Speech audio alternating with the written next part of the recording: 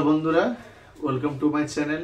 মূলত আজকে তোমাদের ক্লাস 11 এর সেমিস্টার 2 একটা গুরুত্বপূর্ণ টপিক, সেটা হচ্ছে ওয়েদারিং বা আবহবিজ্ঞান। এই বিষয়টা নিয়ে তোমাদের সামনে একটু আলোকপাত করব। তোমরা নিচু ক্লাসে অর্থাৎ ক্লাস 9-এ এটা নিয়ে তোমরা জেনেছো বা পড়েছো। আমরা সেটাকে আরো একটু বিস্তারিতভাবে জানবো। তোমাদের ভিডিওর পূর্বেই বলি, যদি ভালো লেগে থাকে অবশ্যই লাইক কমেন্ট শেয়ার করতে তোমরা ভুলবে না। চলো শুরু করছি।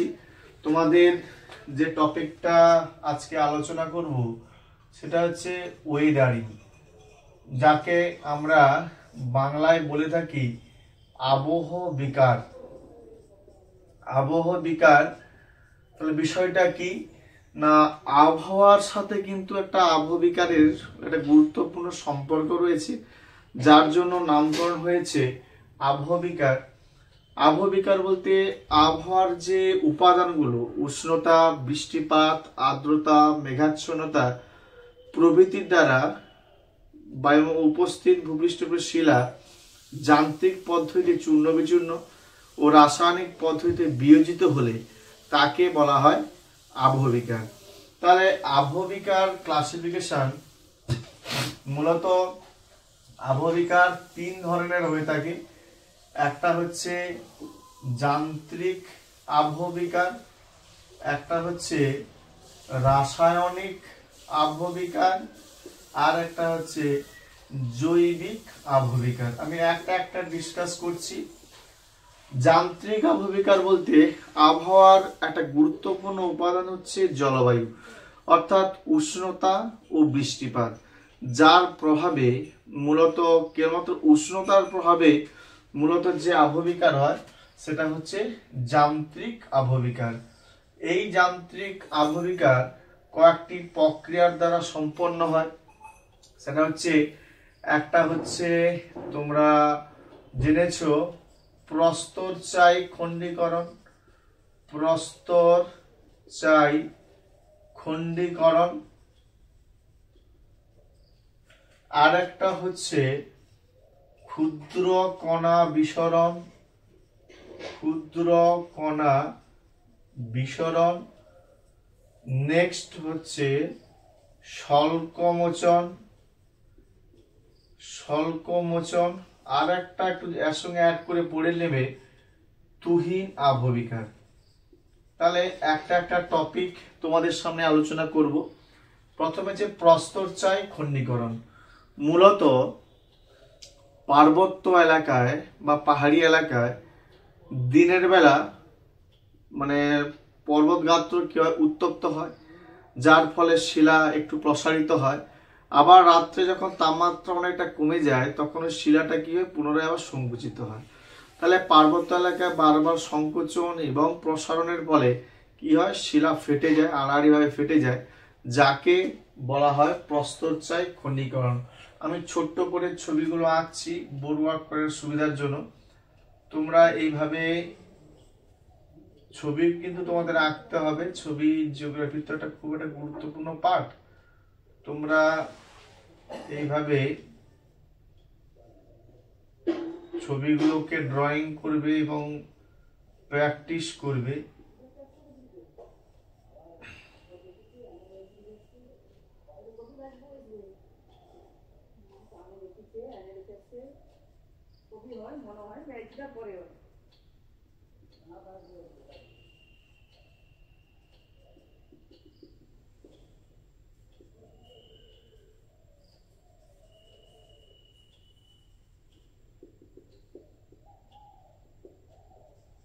এগুলো হচ্ছে কি বলবো, ফাটল। এগুলো হচ্ছে ফাটল। এটা তোমরা লিখবে ভূপৃষ্ঠ, ভূপৃষ্ঠ। এই ছবিটা হচ্ছে 1 নম্বর পয়েন্টের ছবি, চিত্র নাম্বার 1, প্রস্তরচায়ী খণ্ডীকরণ। নেক্সট ক্ষুদ্রকণা বিসরণ। ক্ষুদ্রকণা বিসরণ বলতে শিলা বিভিন্ন খনিজ উপাদান দ্বারা গঠিত হওয়ার ফলে কি হয় না, একটা অংশ দেখা যাবে বেশি প্রসারিত হচ্ছে তাপের প্রভাবে, একটা অংশ থেকে বেশি প্রসারিত হতে পারছে না, বারবার এই সংকোচন প্রসারণ বা বিষম সংকোচন প্রসারণের ফলে কি হয়, শিলা একটার সময় বন্দুকের গুলি ছোড়ার মতো যে আওয়াজ, সেই শব্দে কি হয়, খসে খসে পড়ে, যাকে বলা হয় ক্ষুদ্র কণা বিস্ফোরণ। এই ক্ষেত্রে ছবিটা এইভাবে তোমরা ড্রয়িং করবে।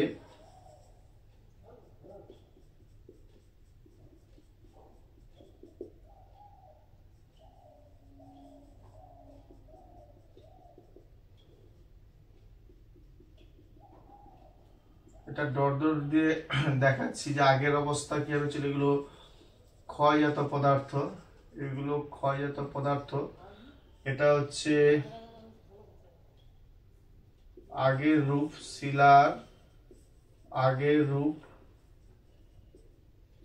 এটা হচ্ছে বর্তমান রূপ, যে আগে এই ফিগারে ছিল, পরবর্তী ছোট ফিগার হচ্ছে ক্ষুদ্র ক্ষুদ্র শিলা করবে, ক্ষুদ্র ক্ষুদ্র শিলাখণ্ড, ক্ষুদ্র ক্ষুদ্র শিলাখণ্ড এভাবে লিখবে।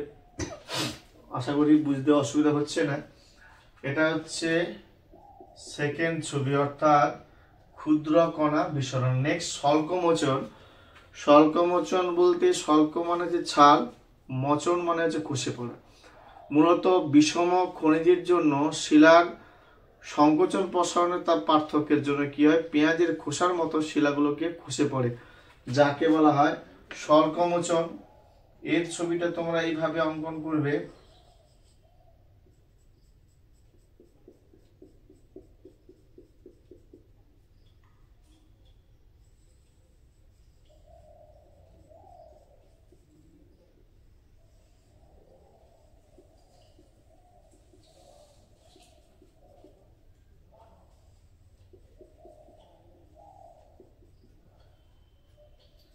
এটা লিখবে যে পেঁয়াজের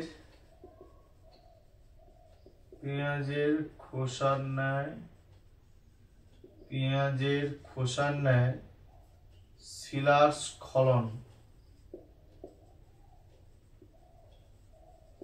শিলার স্খলন। এটা হচ্ছে তৃতীয় ছবি।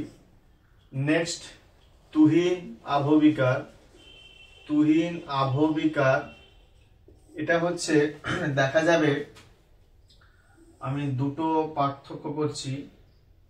দেখা যাবে কোনো পাহাড়ি এলাকা, দেখা যাবে কোনো পাহাড়ি এলাকায় কোনো কারণে যদি বৃষ্টি হয়, তাহলে বৃষ্টিটা এইখানে যদি জমা হলো, এটা হচ্ছে দিনের বেলা, এটা হচ্ছে দিনের বেলা।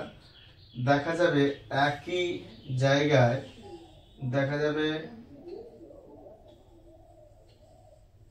যাবে একই ভূরূপটাই ছিল, ওই জলটা যখন বরফের আকৃতি নেবে তখন তার আয়তন কি হচ্ছে, বৃদ্ধি পাচ্ছে। আমরা জানি জল যখন বরফে পরিণত হয় তার আকার আকৃতি কিন্তু বেড়ে যায়। একই কনসেপ্ট, বরফ যদি হয়ে যায় তাহলে বরফটার আকার আয়তন বাড়ার ফলে কি হয়, এখানে চাপ সৃষ্টি হয়, দুদিকে চাপ সৃষ্টি হয়। আবার দিনের বেলা দেখা যাচ্ছে জল হয়ে যাচ্ছে, তাহলে বারবার শিলায় এই যে পীড়নজনিত কারণে কি হয়, শিলার মধ্যে ফাটল সৃষ্টি, যাকে বলে তুহিন আবহবিক। এটা চতুর্থ ছবি। তোমরা সুন্দরভাবে এগুলো প্র্যাকটিস করবে। এগুলো হচ্ছে মূলত যান্ত্রিক আবহবিকার বললাম। নেক্সট তোমাদের সামনে বলবো রাসায়নিক আবহবিকার। রাসায়নিক আবহবিকার কাকে বলে? মূলত যে আবহবিকার প্রক্রিয়ায় বায়ুমণ্ডলে উপস্থিত বিভিন্ন গ্যাসীয় উপাদান, কার্বন ডাই অক্সাইড, অক্সিজেন বা প্রভৃতি গ্যাস দ্বারা ও জল দ্বারা যখন শিলা রাসায়নিক পদ্ধতি বিয়োজিত হয়, সেই ধরনের আবহবিকারকে বলা হয় রাসায়নিক আবহবিকার। তো রাসায়নিক আবহবিকার একই রকম এরও কিছু প্রক্রিয়া বা পদ্ধতি কার্যকর করে। একটা হচ্ছে কার্বনেশন,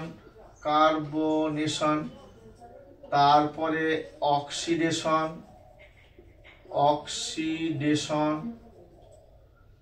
তারপরে হাইড্রেশন, তারপরে যে হাইড্রোলোসিস।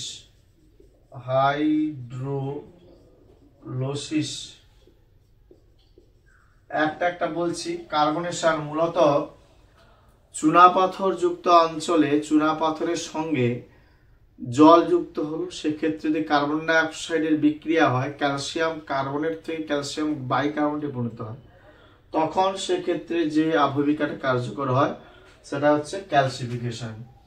নেক্সট অক্সিডেশন কি না, শিলা বিভিন্ন খনিজ দ্বারা গঠিত হয়, তার মধ্যে ধরলাম লোহা যদি থাকে, লোহার সাথে শিলা যদি জল যুক্ত হয়, লোহার সাথে জলের রাসায়নিক বিক্রিয়ার ফলে কি মরচে তৈরি হয়, এটা একটা আবহবিকা, সেটা হচ্ছে অক্সিডেশন।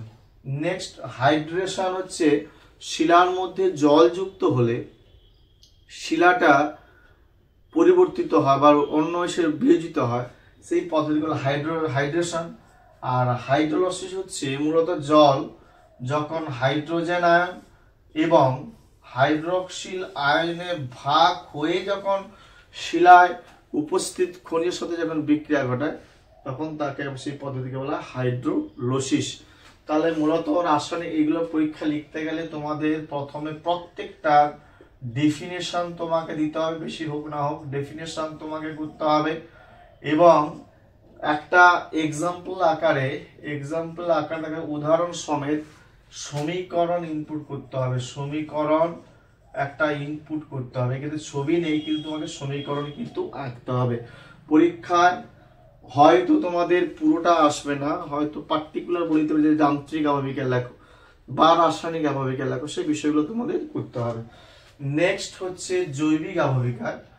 জৈবিক আবহবিকাটা হচ্ছে বুঝতেই পারছো, জৈবিক মানে জীব, জীব দ্বারা যখন শিলা বিভিন্ন কারণে ক্ষয়প্রাপ্ত হয় বা বিয়োজিত হয়, সেই আবহবিকাকে বলে জৈবিক আবহবিকা। যেমন মৃত উদ্ভিদ বা প্রাণীর দেহাবশেষ যখন মাটিতে পড়ে তখন কি হয়, একটা হিউমাস গঠন হয়, সেক্ষেত্রে পরিবর্তন হতে পারে। বা ইঁদুর, খরগোশ, শৃগাল বা আমরাই যখন কোনো বাড়ি বানানো বা রাস্তাঘাট বানানোর জন্য যখন আমরা বিভিন্ন রকম কাজ করি, সেক্ষেত্রে কি মাটি ক্ষয় হয়, এটাও এক ধরনের আবহবিকা।